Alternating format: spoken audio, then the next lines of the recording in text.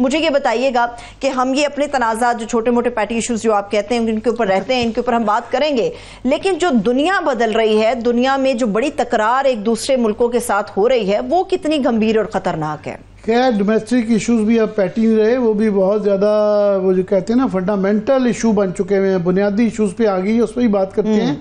मगर मैं मजबूर हूँ कि मैं उन लोगों में से हूँ कि जो कि दुनिया के साथ इस वक्त पूरी दुनिया जो है वो एक रीअलाइनमेंट हो रही है। ये सेकेंड वर्ल्ड वॉर के बाद आप कह लें या बर्लिन वॉल के बाद की फॉल के बाद कह लें, ये पूरी दुनिया तब्दील हो रही है। हर मुल्क बैठा जो है वो फैसला कर रहा है कि उसने ये दो कैंप जो चीन वर्सेस अमेरिका बन गया है कि किधर साइड लेनी है, नहीं लेनी है, दरमियान में रहना है, क्या करना है। और वो वॉर बढ़ती जा रही है। 145% जो है अमेरिका ने चीन के ऊपर टैरिफ कर दिए हैं, चीन के 125 हैं।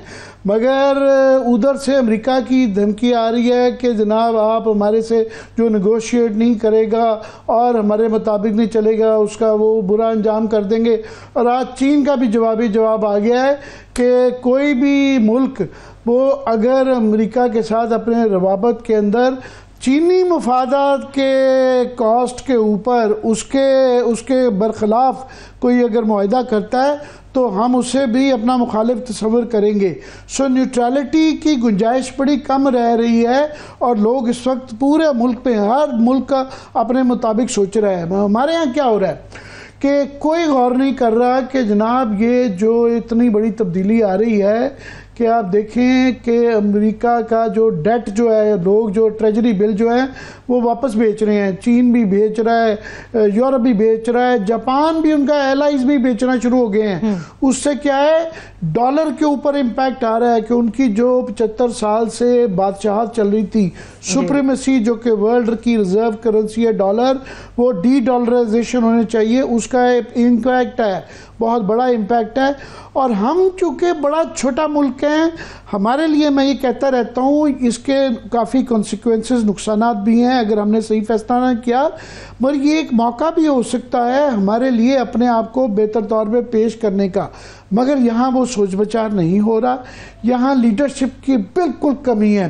प्राइम मिनिस्टर इशू के ऊपर अभी तक एक बयान नहीं दिया कि उनकी स्ट्रेटजी क्या है, हम इसको कैसे डील करेंगे, हमने कैसे ये बैलेंस करना है कि अमेरिका के साथ भी ताल्लुकात ख़राब ना हो और चीन भी नाराज़ ना हो, और कैसे इसका फ़ायदा उठाना है, हमने अपनी एक्सपोर्ट्स को कैसे बचाना है या हमने अपनी इंपोर्ट्स का जो उनको जो कैसे कम करना है। कोई ना उनकी तरफ से बयान आया है। मुझे नहीं लगता है कि इसाक डार साहब की तरफ से भी कोई बयान आया हो। ना सिर्फ बयान आया हो, मुझे ये भी शक पड़ता है कि उनको इसकी अहमियत का अदराक भी है या नहीं। क्या बात कर मुझे अभी तक कोई, अगर उनका कोई इस तरह का कोई बयान आए तो मुझे पता चले कि वो अंदाज़ा उनको है। फॉरेन मिनिस्टर जो हैं, जो हमारे फाइनेंस मिनिस्टर हैं, उनके 2 बयान इस हद तक आए हैं कि जी हम डील कर रहे हैं, कमेटी अमेरिका के साथ भेज रहे हैं, बना रहे हम और निगोशिएट करेंगे। इसके जो नुकात, जो इसकी हैयत है, क्या होगी, हमारी स्ट्रेटजी क्या है, हम किन लाइंस पे सोच रहे हैं, उनकी तरफ से भी। और वो बहरहाल एक बैंकर हैं, उनसे ये तस्वर करना कि वो इंटरनेशनल पॉलिटिक्स को, डायनेमिक्स को समझ जाएंगे, हाँ, और रीअलाइनमेंट ऑफ फोर्सेस को समझते हैं। बहरहाल वहाँ पे जयशंकर हैं, वो फॉरेन सेक्रेटरी रहे हुए हैं, वो अपना काम जानते हैं और उनके पास इख्तियार भी है, ताकत भी है, और उनकी सुनी भी जाती है। यहाँ वो बहस ही नहीं नजर आती क्योंकि लोकल मसले भी में ये फंस गए हैं। और ये फंस इस तरह गए हैं कि वो जो 3 साल से निज़ाम चल रहा था ना कि लीला पोती करके हर एक को खुश करके पीपल्स पार्टी और नून लीग जो है इख्तियार के मजहबी ले रहे थे और पीपल्स पार्टी मज़ामती सियासत बयान दिए जा रही थी। अब वो करना मुमकिन नहीं है।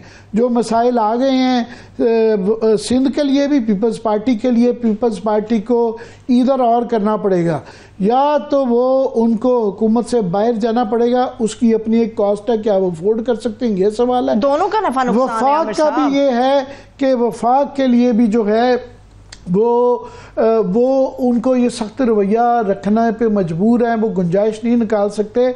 उनके लिए सारे सूबों में मसला है, केपी में भी मसला है, बलूचिस्तान में भी मसला है, पंजाब के किसानों का मसला है, और उनकी जो टोटल सुई अड़ी हुई है कि इमरान खान की मुलाकातें होंगी कि नहीं होंगी, क्या किनको गिरफ्तार करना है, किसको जो है इसको भी politicize किया हुआ है। कच्चे के लागे से उठाया जाना है, तो क्या वो ये इन चीज़ों पे फंस के रह गए हैं। मगर मैं समझता हूँ कि जो बेसिक डिलेमा जो है ना, फंडामेंटल इश्यूज आ गए हैं जिसके ऊपर ये जो है ना, ये नीदर हेयर नॉट देयर नहीं चल सकता।